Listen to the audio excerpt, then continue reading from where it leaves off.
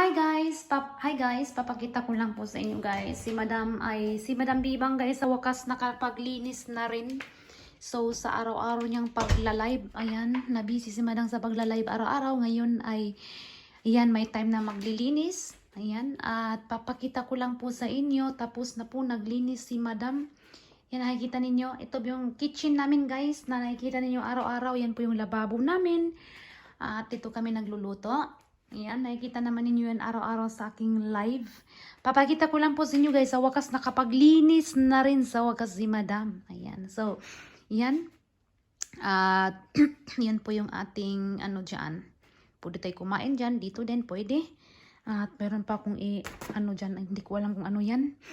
At, yun po guys, nakapaglinis na rin sa wakas. Ayan, malinis na po ang ating, kitchen. Kasi yung kitchen namin guys, alam na niyo siguro, of course nakikita naman yung araw-araw. Ang kitchen kasi guys, saka yung aming sofa ay mag-isa lang talaga yung sala ba. So open talaga siya. So, yun. At, yan, dito kami minsan nagre-relax kapag mayroon kaming bisita. So, dito kami nag-uupo. Pero madalas kami nagre-relax talaga guys sa taas. Kasi meron din kaming maliit din na sofa doon or sala. Yun. So, yun. Kanina nag-ano ako. Yun, nakita ninyo ng 3 bulaklak dyan. At nag-ano ako kanina.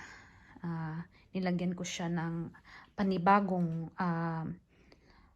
hindi ko anong tawag dyan sa atin dito. Panibagong ano naman, kaang yata yan. So, yun lang po guys. Yan lang pong papakita ko sa inyo. And see you next vlog. Thank you. Bye-bye.